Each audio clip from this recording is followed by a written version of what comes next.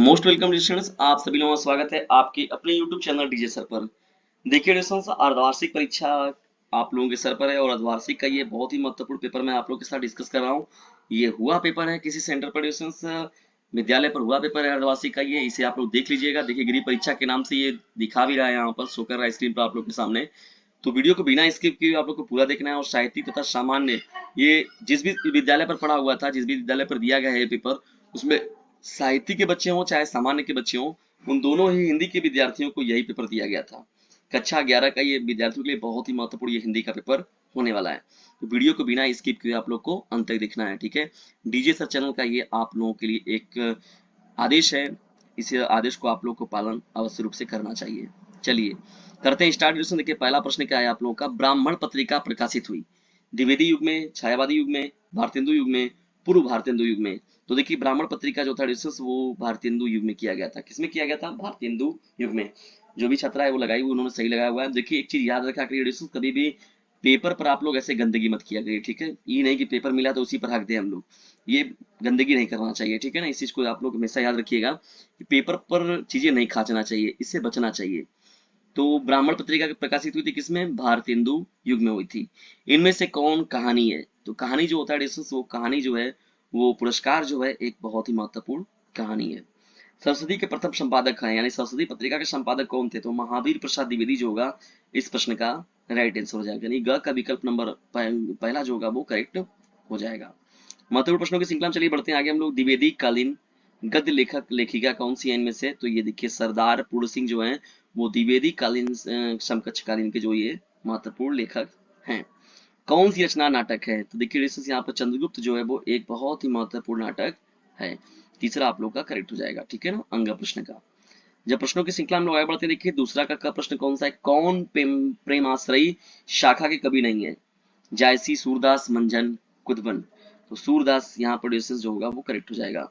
ज्ञानाश्रयी भक्ति काव्य की भाषा क्या है? तो यहाँ पर देखिए डिस्टेंस जो है पंजाबी है, अवधी है और ब्रज है, ठीक है। तो ये हो जाएगा आप लोग का करेक्ट। कौन सा ग्रंथ सगुण भक्ति धारा का श्रेष्ठ ग्रंथ है? तो यहाँ पर देखिए सगुण भक्ति धारा का, सगुण भक्ति धारा निर्गुण भक्ति धारा की जो बात होती है कि रामचरितमानस, रामचरितमानस, ठीक है। रामचरितमानस बहुत ही महत्वपूर्ण ये वर्ड एडिशन है। राम के चरित्र को मन में धारण कीजिए। देखिए कहा जाता है ना, रावण राम जी से क्या था? हर चीजों में श्रेष्ठ था, लेकिन राम जी उससे एक ही चीज में श्रेष्ठ थे, वो था राम जी का चरित्र। तो राम जी अपने चरित्र की वजह से ही रावण इतने बड़े योद्धा से योद्धा पर उन्होंने विजय प्राप्त की।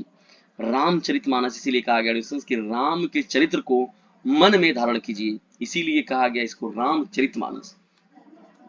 अंग का तीसरा हो जाएगा। भारतेंदु युग की रचना में कौन काव्य ग्रंथ है? देखिए भारत दुर्दशा, भारत दुर्दशा जो है वो भारतेंदु युग की रचना भी है और महत्वपूर्ण है, ठीक है ना। कौन सा काव्य ग्रंथ है? काव्य ग्रंथ है यहाँ पर देखिए, तो ये भारत दुर्दशा जो हो गया। अंधेर नगरी, चौपट राजा, ये वाला जो था ये तो मान लीजिए उनके उनका महत्वपूर्ण नाटक रहा है।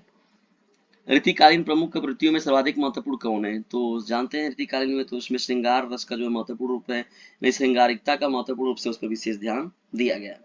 देखिए गद्यांश को पढ़ना है और गद्यांश को पढ़कर ध्यान से उस पर जो प्रश्न पूछे गए उनका उत्तर देना है।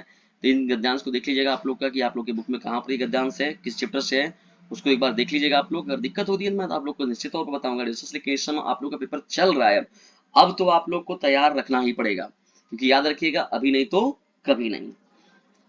तो इसे देख लीजिएगा, इस पर आपको तैयार करके जाइएगा डिस्कशन, प्रश्न भी देख लीजिएगा आप लोग को। और ये जो पीडीएफ इसका अगर आप लोग को चाहिए तो डीजे से चैनल पर जाकर 950 690 227 नाम के एक नंबर को देखिएगा, डिस्क्रिप्शन बॉक्स में भी मिल जाएगा, डिस्क्रिप्शन बॉक्स में भी। और उसके साथ ही साथ एक व्हाट्सएप नंबर मिल जाएगा आप लोग को 950 690 227 नाम का। उस नंबर पर जाकर आप व्हाट्सएप मैसेज कर दीजिए, तो मैं आप लोग को इसे उपलब्ध करा दूंगा। उपयुक्त अंश की देखिए किस पाठ का और उसके लेखक कौन है, देखिए सब पूरी बातें हैं जान ही रहे हैं आप लोग। कबीर कबीर यह घर प्रेम का खाला का घर नाई, शीश उतारे हाथ करी सो बैठे घर माई, ठीक है। ये देखिए यहाँ पूछा गया प्रश्न, इस पर आधार पर भी देखिए प्रश्न यहाँ पूछा गया। सूरदास की काव्य भाषा लिखिए। सूरदास ने सगुण की किस भक्ति शाखा में अपनी रचनाएं लिखी थी? बलिदान कहानी के प्रमुख पात्रों के बारे में देखिए बताना है।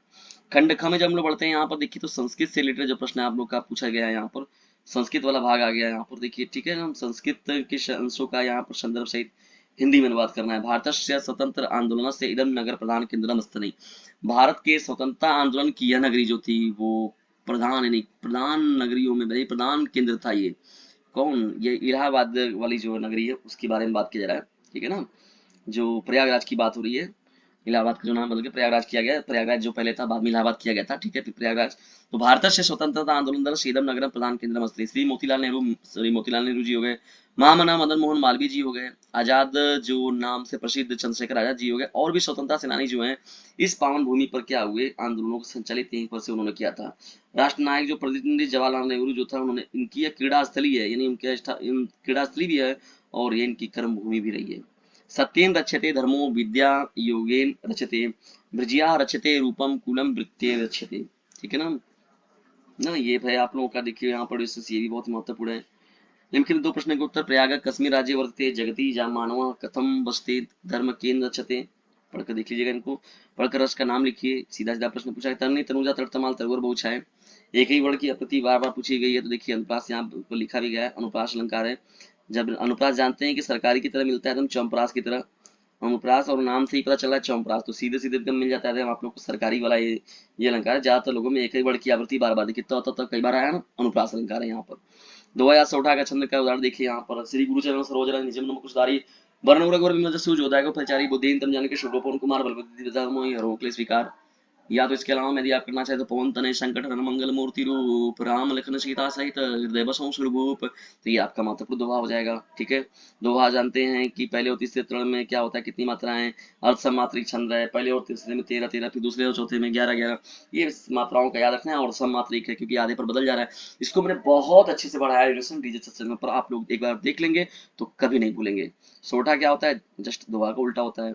देखिए हम मौलिक अभिव्यक्ति अपना निबंध पर अपने भाषा विचार में देखना है आप लोग को।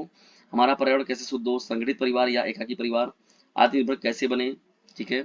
और संधि कीजिए, यहाँ पर ज्ञान अर्जन अभिधन उदय हो गया। शब्द रूप देखिए, राजन का चतुर्थी में बताना है, अस्मत् तीनों का लिखना है, तो ये है कुछ महत्वपूर्ण बातें यहाँ पर हिंदी की।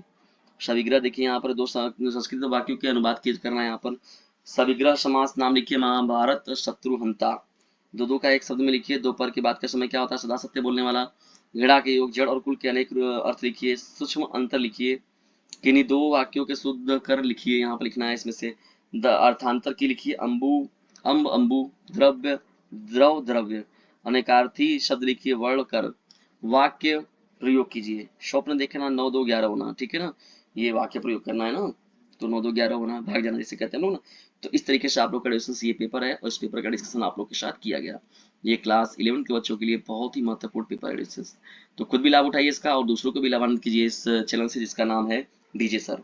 और याद रखिएगा, यदि ज्यादा नंबर पाने की इच्छा तो डीजे सर चैनल से जरूर लीजिएगा शिक्षा। चलिए बढ़ते हम लोग आगे यहाँ पर डिस्कस, और आप लोग के लिए तैयार रहिएगा। जल्दी आप लोग को अदर और विषयों का जब भी मेरे पास जैसे ही मुझे मिलेगा पेपर, ओरिजिनल पेपर, तो उसका निश्चित तौर पर मैं आप लोग के साथ डिस्कशन करूंगा।